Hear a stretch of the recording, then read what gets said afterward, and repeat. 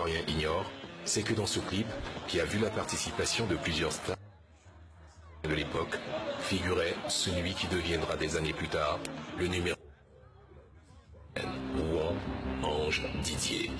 Qui est-il? Sa mère nous en parle. J'habitais à Cocody, au nid de Cocody, avec mon époux. Dans les années 90, une petite fille crève nos écrans avec un clip vidéo. Son nom, Belinda.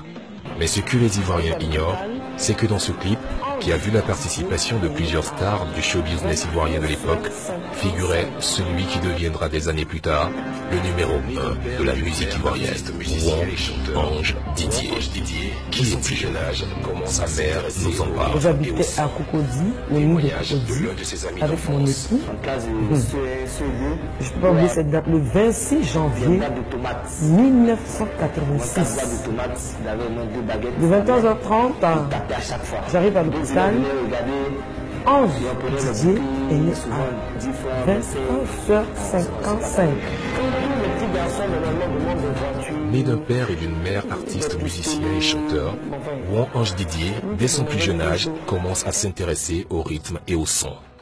Témoignage de l'un de ses amis d'enfance. En classe de CE1, CE2, où Arafat prenait des boîtes de tomates. Au moins 4 boîtes de tomates, il avait au moins 2 baguettes en main. Il tapait à chaque fois. D'autres élèves venaient regarder et on prenait les bouteilles, souvent 10 francs, 25. On se partageait. Quand tous les petits garçons normalement demandent des voitures, des pistolets, enfin, lui demandait toujours un tam-tam. Piqué par le virus de la musique, le métier de disque jockey deviendra dès son adolescence le moyen pour lui de vivre pleinement de sa passion qui est la musique. J'ai connu DJ Arafat en 2003 au maquis de Shanghai. C'était le maquis qui faisait mouche en ce moment-là. Et j'ai découvert que ce garçon avait beaucoup de talent. Il était très précis dans ses mix. Il avait un truc qui mettait tout le monde d'accord. Quand il est sur les platines, tout le monde bouge. Et côté Atalakou, oh mon Dieu.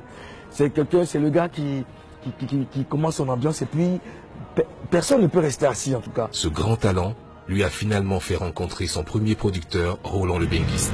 Je devais produire un artiste qui s'appelait Eskeli. Il faisait du Yusumba, donc il fallait un featuring. Et comme on a besoin de DJ, mon choix s'est porté sur lui. Il est rentré là, il n'a même pas écouté ce que Eskeli a chanté. Il a chanté d'un seul trait. Et l'arrangeur m'a dit qu'il est bon. Il était avec son frère TV3 et avec Moulokoukou. Il s'est rappelé qu'il y avait un gars qu'il aimait bien, un DJ qui s'appelait Jonathan. Donc il voulait lui faire un hommage puisqu'il aimait bien. Il voulait chanter comme lui. Et c'est là qu'il est entré en studio, il a chanté et maintenant il fallait un refrain. C'est là que Moulokoukou a dit pourquoi pas Maelo. Et il y a TV3 aussi qui a dit Ma Musique. Donc ça fait Maelo, Ma Musique, Maelo.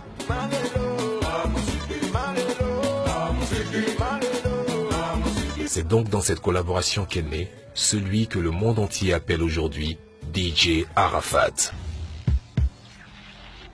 Là ils ont peur, Champi, ça trame.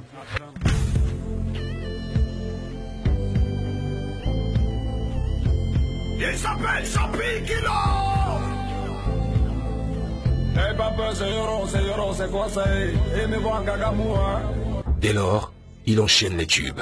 Pangor, Confirmation Pangor, Lebede, 25-25 Arachide, Bouddha et bien d'autres encore. Vous croyez que vous êtes fort, mais vous n'êtes pas fort. Je suis le plus dangereux de tous les DJ du monde entier. Arafat, il avait envie de réussir. C'est un garçon qui aime travailler, qui aime la bataille, qui aime le challenge. En effet, le succès de DJ Arafat n'est pas le fait du hasard, mais le résultat d'un travail acharné, soutenu par une équipe très bien organisée appelée la Yorogang.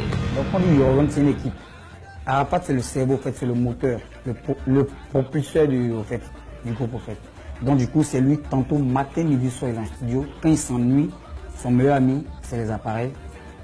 Il ne fait que créer des sons. Il peut se réveiller à 4 h du matin où tout le monde dort, ou 5 h, ça dépend 3 h. Il prend sa bouteille de Jack. Le studio, il travaille jusqu'à 6 h, 5 h. Ou le temps que nous, on va se réveiller, il nous appelle.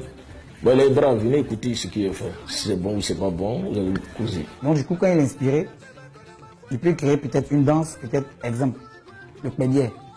Maintenant, le pédier, en créant, peut-être, il peut se lever en marchant, puis il va faire une phase. Ou soit peut-être, moi, je lui dis, ah, mais Didier, la phase que tu viens de faire, là, on dirait que c'est une bonne phase. Hein. Puis on met le son, on essaie de danser. Sur le pas de danse, un peu. Quand on voit que ça colle, tranquille. Le même soir, le lendemain, il finit le son. On est dans tous les bas, tous les maquis. Franchement, la Yorogan, c'est une équipe de soldats. On ne dort pas. En définitive, le petit garçon qui sautillait dans un clip vidéo des années 90, le petit disque jockey des maquis et bars de Yopougon, celui en qui personne ne croyait, est aujourd'hui devenu le maître Arafat.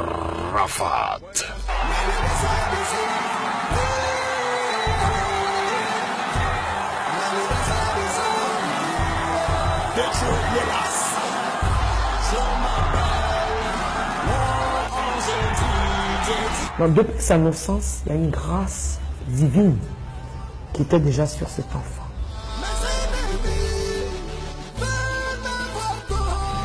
Je ne peux que dire merci à mes fans, mais tout d'abord avant mes fans, merci à Dieu.